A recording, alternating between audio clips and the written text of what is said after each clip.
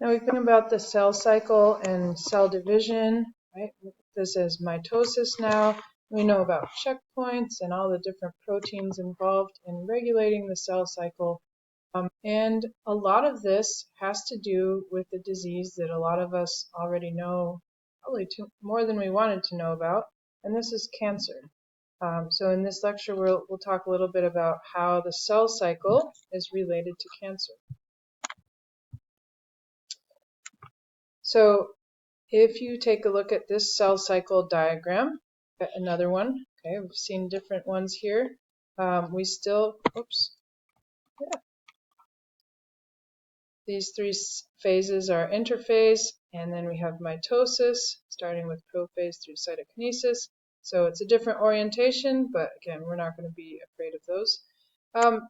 G1, we have the cell growth, and the DNA is relaxing and being able to be read. DNA is copied in synthesis, and G2, we prepare for division, and then cell division happens in mitosis. So what are the three different checkpoints? Again, we have a lot of different checkpoints along the way, but let's practice applying our knowledge to, say, a G1 checkpoint that occurs here. Okay, we have to kind of look up, again, remembering that this checkpoint protein is kind of like a supervisor of a little bit that came before it. Okay, so the cells grew. Also, this is right after, kind of right after mitosis. So this G1 checkpoint, well, I'm going to reveal all the answers here. Oh, a checkpoint might be asking DNA damage from mitosis, right? It came out of mitosis. Is the DNA still intact? If it's not, can it be fixed? And if it can't be fixed, we're going to send it to the trash bin. Okay? That's the supervisor's role right here. We do not want any DNA that is damaged to go into replication, because then you're just replicating the mistakes. That's how mutations get through. Okay? G2.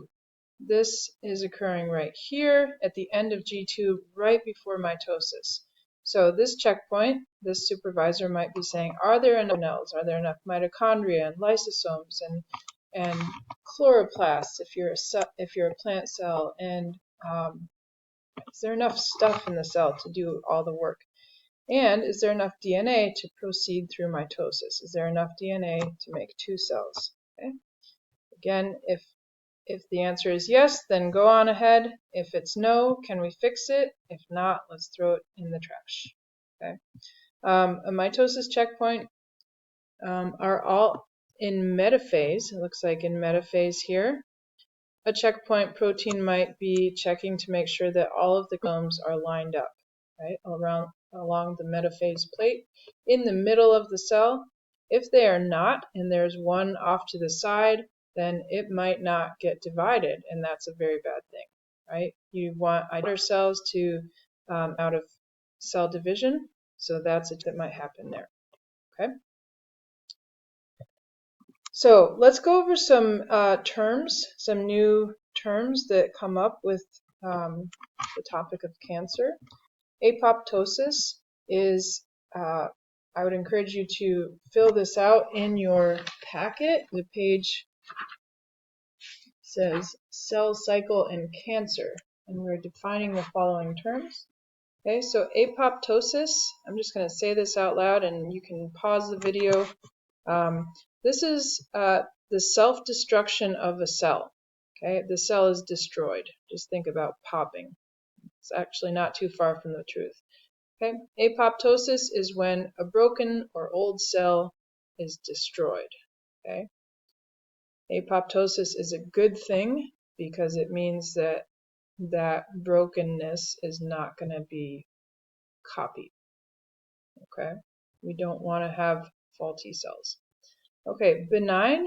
If you are going in for a cancer checkup with your doctor and the doctor tells you that the tumor is benign, you will be getting tears of joy. Okay, some of us have been there.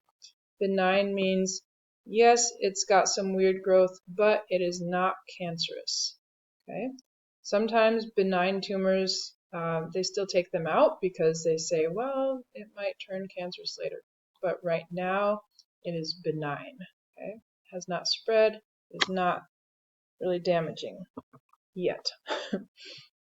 Okay, cancer, by definition, is uncontrolled cell growth. Uncontrolled cell growth. Okay, it's abnormal growth of the cells, usually at the expense of other cells around it. Okay. A carcinogen is anything that can cause cancer. Okay, this could be UV light in a tanning bed. This could be UV light from the sun. Alcohol can sometimes be a carcinogen. Smoking, chemicals in tobacco and cigarettes, vaping can be carcinogens. They can cause cancer. Okay, checkpoint supervisors that's going on in the cells. Okay, there's a previous lecture about that. Please check it out if you haven't already. Malignant. This is the opposite of benign. Okay, you don't want to hear that your tumor is malignant. That means it is showing some bad behavior, a lot of cell division, and it is harming other cells around it. Metastasize. This is also a word we don't want to hear. Is that the cancer cell or cells have spread to other parts of the body. Okay? If it is not contained, it's a lot harder to treat. So we don't want a metastasis, or we don't want the cancer cells to metastasize. Okay, a mutation is a change in the DNA. Remember, the DNA is the recipes to make proteins. If the recipes contain an error or a mistake, you might have broken proteins. Okay, so mutation could even just be one nucleotide, right? An A or a T or a C or a G that is missing, or one too many, or some that's been swapped out. An oncogene is, okay, so a gene is a recipe for a protein. An onco means related to cancer. So an oncogene is for a protein that could result in, that has to do with cancer. Okay, so those are some good terms to kind of lock away in your head and used in your life. Okay, but it helps to understand when we're going through doctor's appointments to be able to understand what they're talking about. But again, hopefully you will never have to use these. All right, so why is cancer dangerous? We're going to show this. This is a pretty quick video, so I'm going to play it real quickly.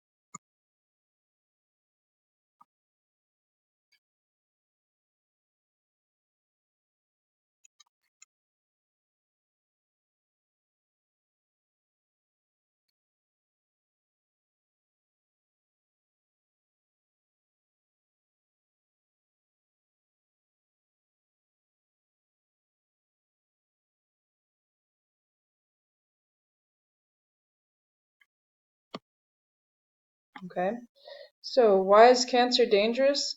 There's a lot of reasons. I'd like you to maybe remember these three, but there are definitely more reasons that we can add on to this. Number one is that cancer cells are dividing uncontrollably at the expense of other cells. This means that cancer cells are dividing rapidly and the other cells are suffering because of this. Okay, they're running out of room, they're running out of food and resources. Maybe the blood vessels don't get to them anymore. They are crowded and they cannot do their job. Okay. Cancer cells are super smart, and they are able to often trick our bodies into feeding them, right? When we send blood vessels into a tumor, or when the cancer cells trick the body into sending blood vessels in there, it's essentially like saying, hey, open your pantry to me, right? Open the glucose crib in Dr. Sharda's room. You guys, sorry. Backtrack on that. All right, number 2. Cancer cells have the self ID badge. Okay, it's like they have a, hey, I belong here ID badge. So they go undetected by our immune systems.